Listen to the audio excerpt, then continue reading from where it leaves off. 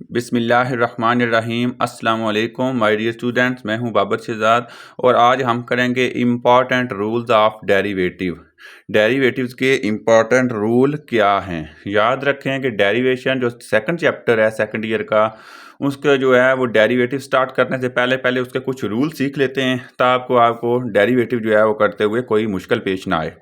याद रखें सबसे इम्पॉर्टेंट 3 रूल हैं। पहला रूल जो है वो उसका नाम है पावर रूल। क्या नाम है? Power rule. पावर रूल है क्या? डेरिवेटिव का सिंपल रूल है। ये बिल्कुल सिंपल रूल है, सबसे आसान रूल है।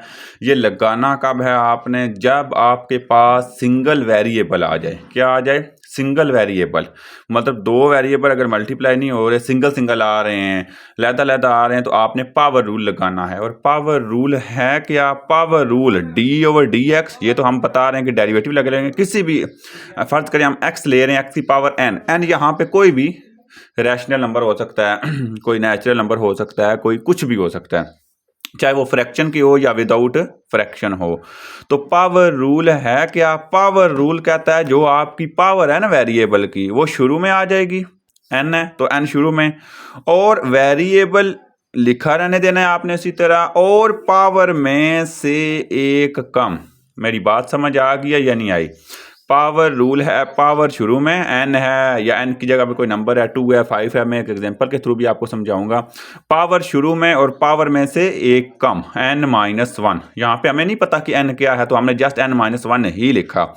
और विदाउट पावर डेरिवेटिव भी होता है, लेकिन d/dx x का है तो x का विद रिस्पेक्ट टू x क्या होगा? 1, तो वो नहीं लिखेंगे। बात समझ आ गई? अब एक एग्जाम्पल इसकी करते हैं, इंशाल्लाह आपको जो है वो समझ आ जाएगी। तो एग्जाम्पल मैं लिखने लगा हूँ यहाँ पे फर्ज करें मैं लिख रहा हूँ जी 5x³ प्लस 2x²। जब हम इसका डेरिवेटिव लेते हैं ना, मैं पावर रूल को एक्सप्लेन करने लगा हूँ। तो सबसे पहले आप लिखेंगे d/dx और सारा यहाँ पे जो भी आपका क्वेश्चन है ये यहाँ पे देखें आप 5 कांस्टेंट है, कांस्टेंट याद रखें, कांस्टेंट सेम रहेगा इधर ही।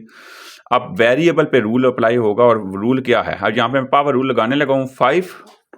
ये पावर जो है, क्योंकि बताया पावर रूल, ये पावर शुरू में, तो 3 को मैं शुरू में लेके आ रहा हूँ। पावर में से एक कम, पावर कितनी है? 3, और 3-1। बात समझ आ गई? प्लस इनको ब्रैकेट में लिख दें, ये 2 है तो 2 इसी तरह। अब पावर भी 2 है तो वो शुरू में और पावर में से एक कम। ये समझ आ गया या नहीं आया? अब यहाँ पे इसको सॉल्व कर सकते हैं आप। तो ये मेरा समझाने का मकसद है, मैं आगे इसको लिख रहा हूँ। अब यहाँ पे अगर आप देखें तो आ जाता है 15x² आ जाएगा प्लस 4 और x आ जाएगा।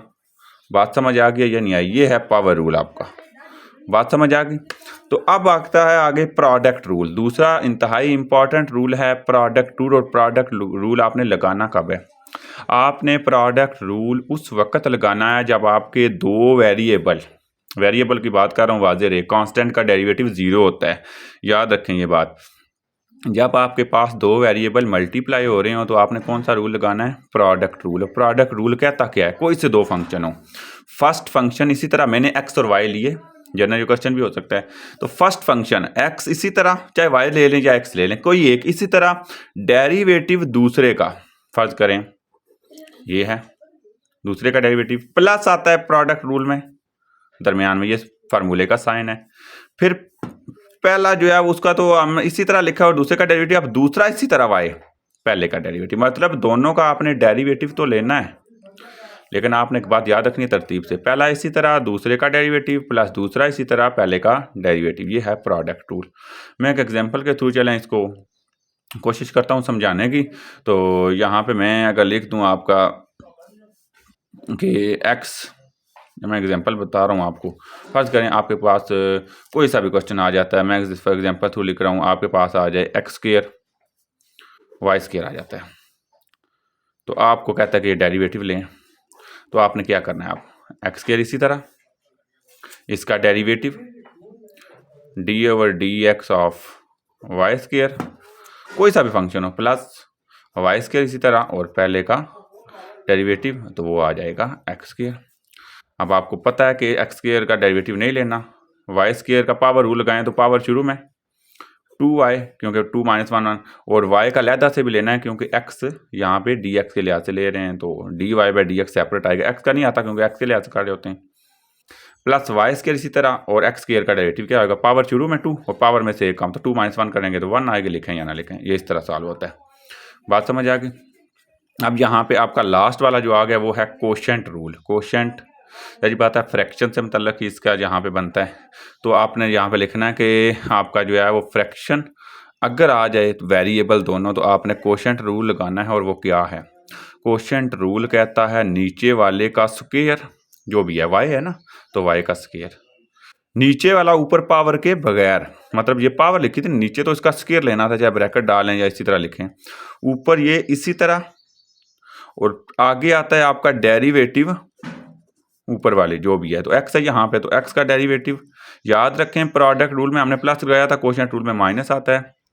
अब दूसरा जो है वो इसी तरह यहाँ पे फर्ज करें, जो ऊपर वाला है x, और पहले का जो पहला का मतलब क्या है, जो नीचे रखा था y, उसका डेरिवेटिव। कोशेंट रूल क्या है, नीचे वाले का स्क्वायर, जो नीचे है, नीचे वाला ऊपर इसी तरह, ऊपर वाले का डेरिवेटिव माइनस ऊपर वाला इसी तरह, और नीचे वाले का डेरिवेटिव।